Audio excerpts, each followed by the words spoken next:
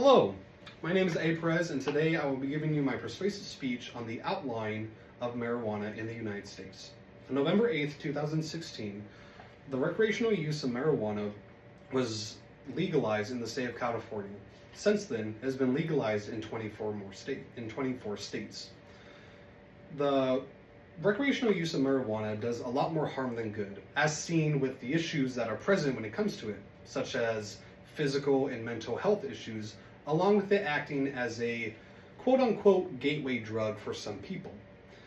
These issues cannot be ignored and need to be brought to light, and I want to bring them to light to show just how important it is that the recreational use of marijuana is completely outlawed. And I want to go over some of the issues, the solutions, and the benefits that would come with the outlawing of marijuana. Now, I do want to clarify that I am not advocating for the outlawing of medical use of marijuana. I just want to clarify that. With that, let's get into our main points. Firstly, I want to talk about and distinguish what the big difference is between recreational marijuana and medical marijuana. Medical marijuana contains way lower doses of THC, a very prominent chemical compound in marijuana that affects the brain. And in a Curaleaf Clinic article, it was found, they detailed that most doses of marijuana that are given in medical contexts often don't use high amounts of THC to get high.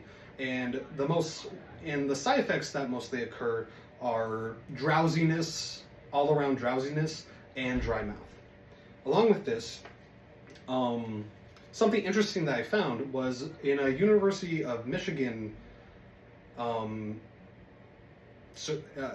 article, it was found that patients who took marijuana medically found that they took it more frequently than recreational users and also had poorer health than recreational users.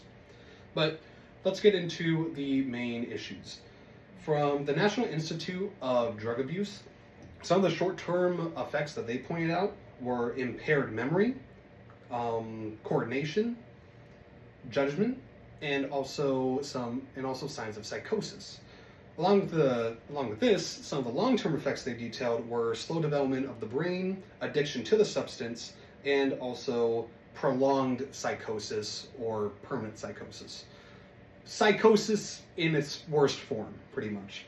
Along with this, a article from Boulder Canyon also detailed some of the long-term effects as well.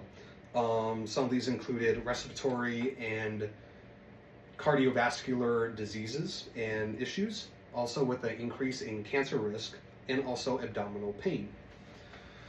Now, the issues here are present, and now we have made light some of these. And now I kind of want to talk about the gateway drug issue.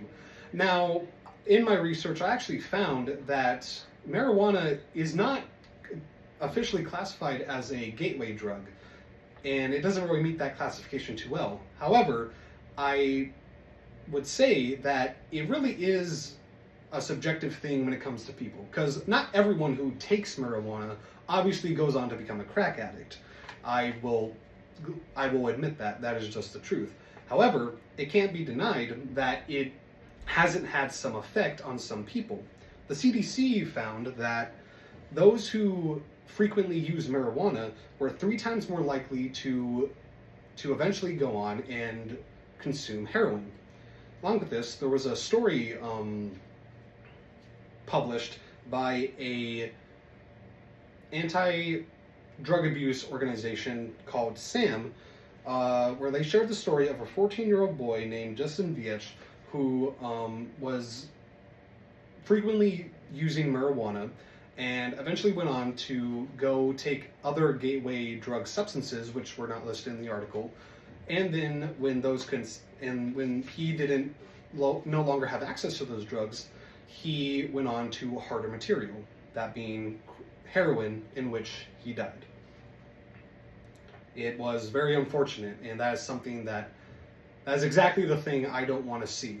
in our country anymore, or anywhere in the world for that matter. So what are some of the solutions that we can bring that can actually make a difference? Well, first, outlawing it on a federal level will absolutely make a big difference. I mean, in one study found that the University of Colorado found that when it was legalized, and since it's been legalized, 24% more people 24 more percent of people in states where it is legalized used it more than those in states where it wasn't legalized. So even though obviously people will still try to consume it in its recreational way, even if it is outlawed, the number will still go down. But even if that is something that isn't possible, if we weren't able to get it outlawed, then we can still bring heavy awareness to it through events and other means of just communicating the idea. One such great method I've seen is in elementary and middle schools, where BMX shows will come and then give a short speech on the bad effects of drugs. One such company I found was Dowd Action Sports, who does this. Now, what are some of the benefits that we can reap if we were to adopt these solutions? Well, cancer rates would definitely drop, along with other diseases that can be caused by marijuana usage, along with better academic scores, as less brain development inhibition would occur, and less dropout rates would also occur, as that has been shown.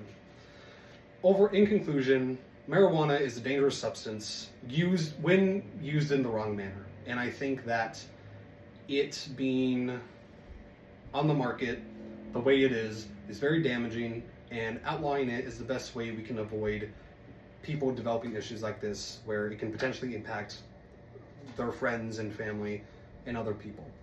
One way that you can even get started in this is calling up your local city hall and asking if there are any events or town hall meetings where these issues are addressed and brought into the light more. I've seen what drugs can do to people. I've seen the damage it can bring to families and in close relationships. It's not pretty, and I think that this can be a big help. I do this because I want this, because I do believe it can make a big difference in our country. Thank you.